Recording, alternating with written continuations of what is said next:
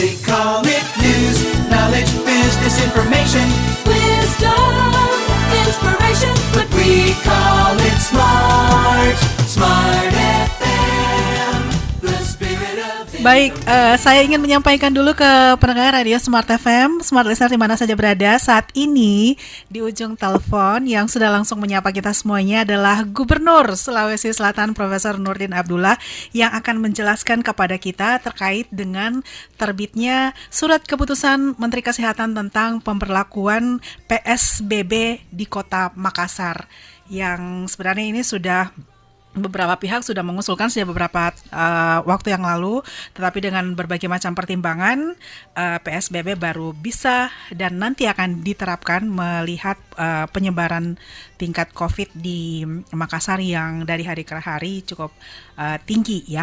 Baik, Prof, yang ingin kita tanyakan sebenarnya PSBB ini seperti apa?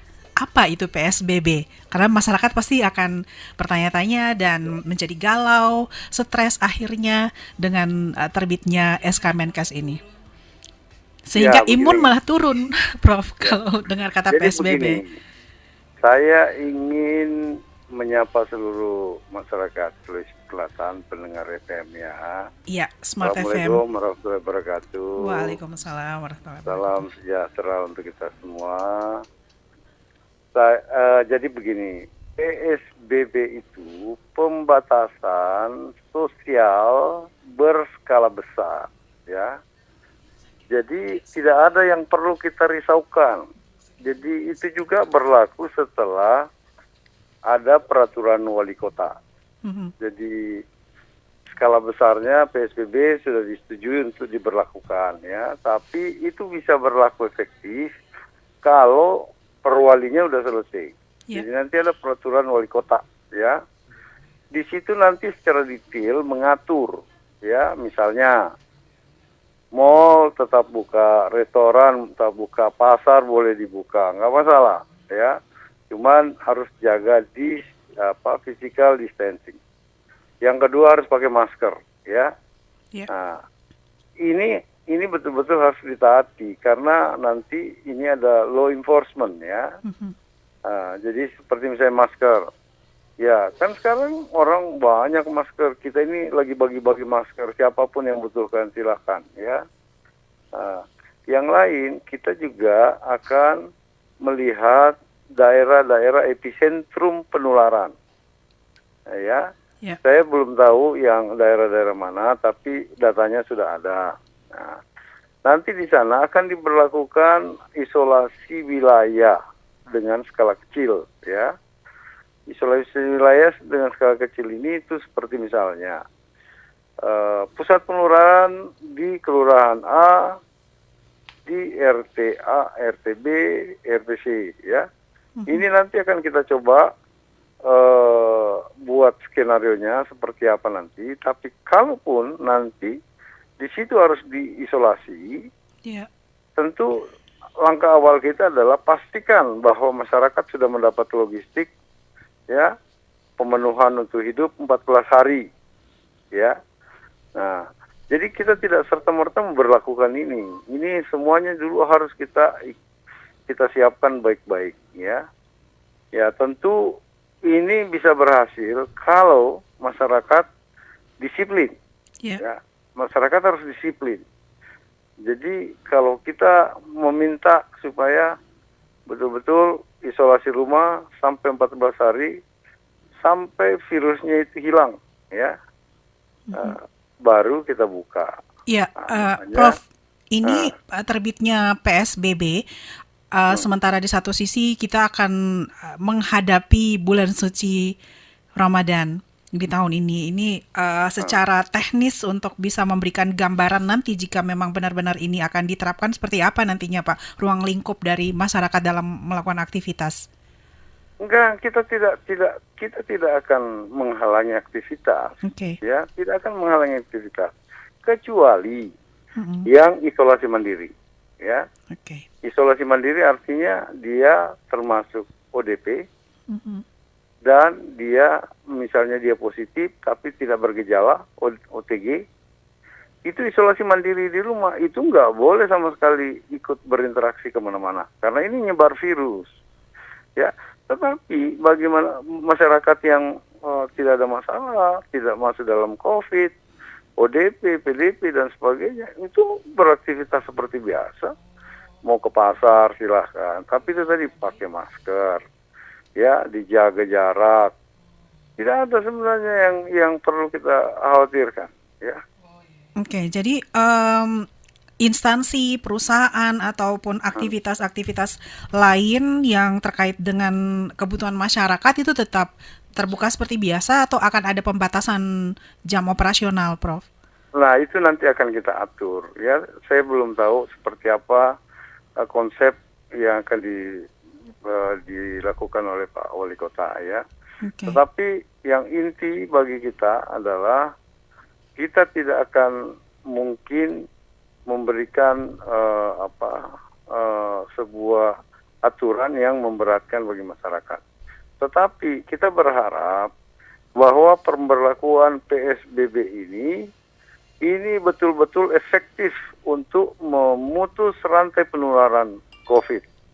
Jadi jangan kita melihat ini sesuatu yang memberatkan masyarakat, tapi tidak. Kalau kita tidak melakukan ini, sampai kapan kita bisa hidup seperti ini?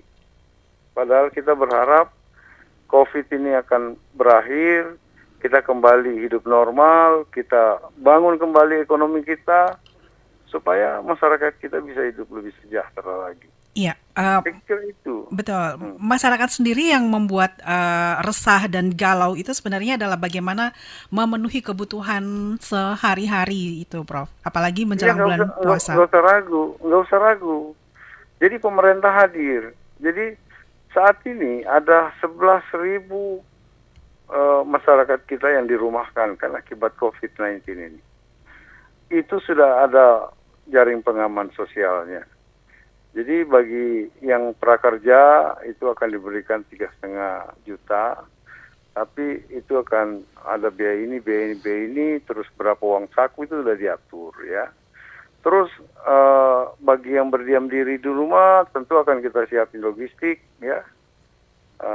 Tentu kita tidak akan mungkin melakukan PSBB ini, kita mulai kalau kita tidak pastikan logistik di masing-masing keluarga itu sudah tersedia.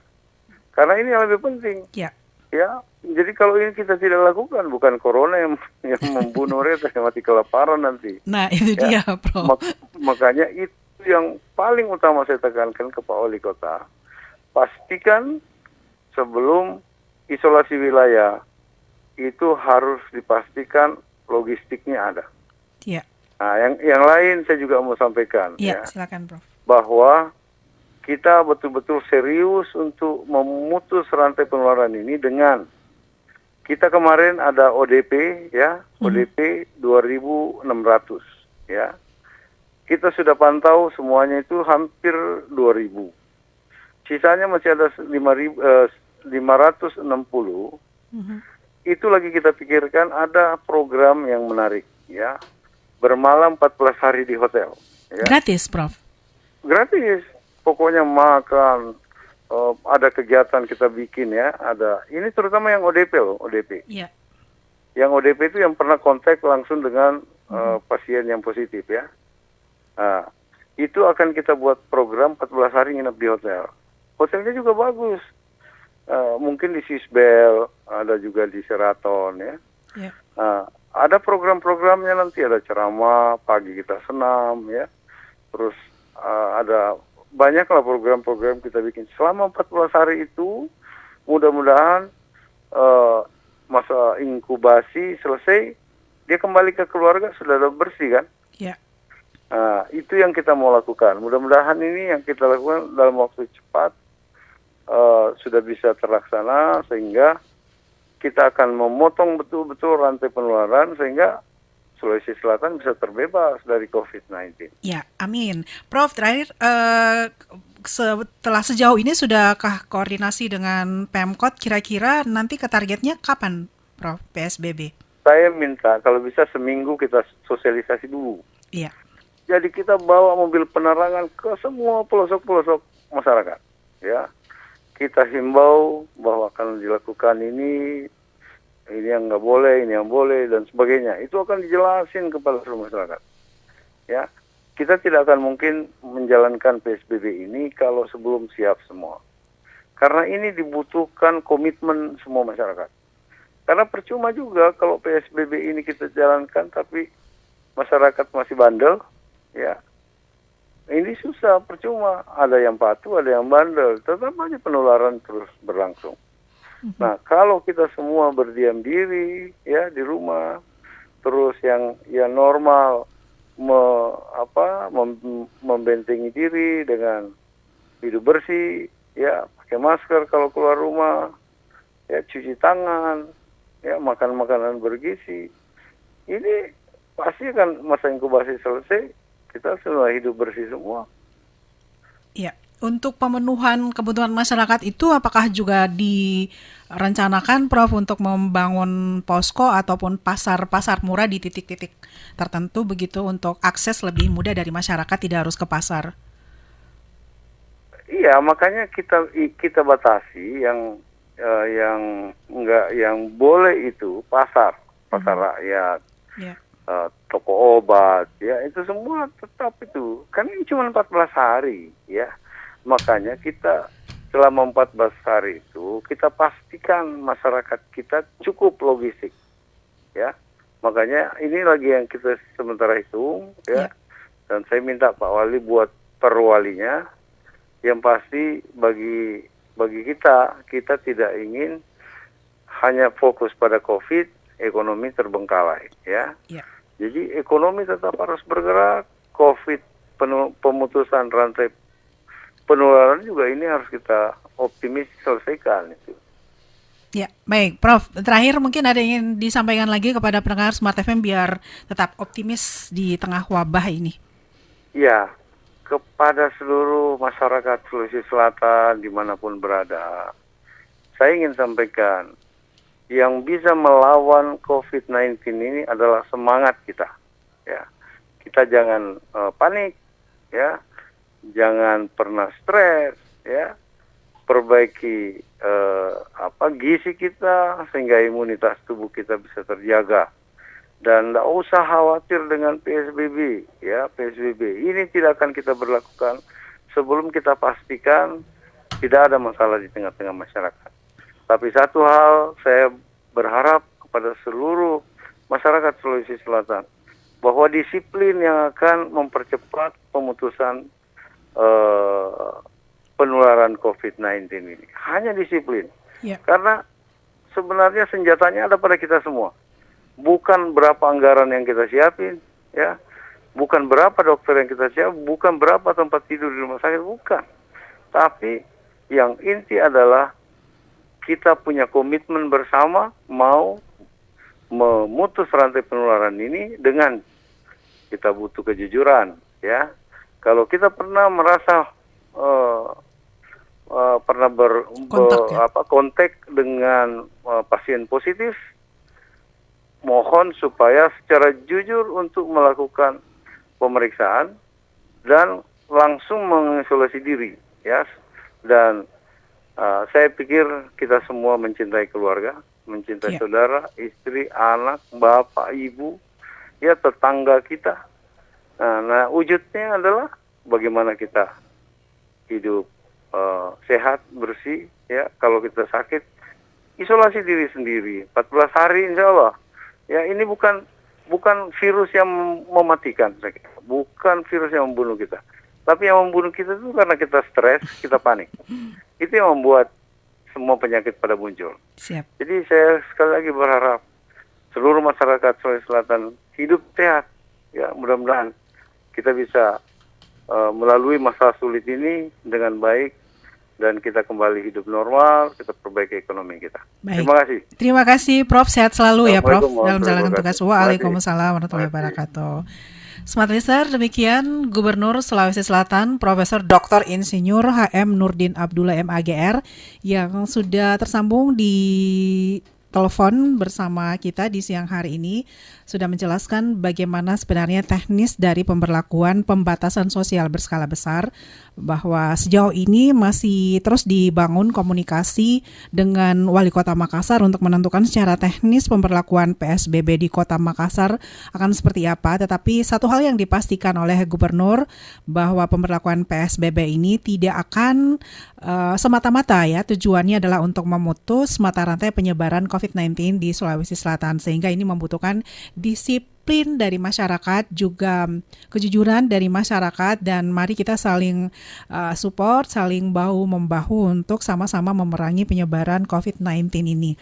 Untuk beberapa kekhawatiran masyarakat terkait dengan pemberlakuan PSBB di mana nanti pasokan sembako, pasokan logistiknya akan terhalangi, akan terganggu, Gubernur sudah memastikan bahwa itu akan dijamin oleh pemerintah dengan tetap memberikan waktu kepada tempat-tempat atau usaha-usaha yang memasok logistik di Kota Makassar tetap terbuka sebagaimana mestinya, meskipun nanti mungkin akan dilakukan pembatasan jam operasional, tetapi itu bisa tetap memenuhi kebutuhan dari masyarakat di Kota Makassar. Pemerintah juga sudah membuka layanan-layanan online yang menyediakan penjualan sembako online dengan harga relatif terjangkau oleh masyarakat yang bisa langsung diakses dengan mudah. Kemudian satu hal juga yang disampaikan oleh Gubernur dengan pemberlakuan PSBB ini adalah masyarakat harus tetap tenang, menyikapinya dengan positif, sehingga bisa lebih cepat dalam memutus penyebaran mata rantai COVID-19.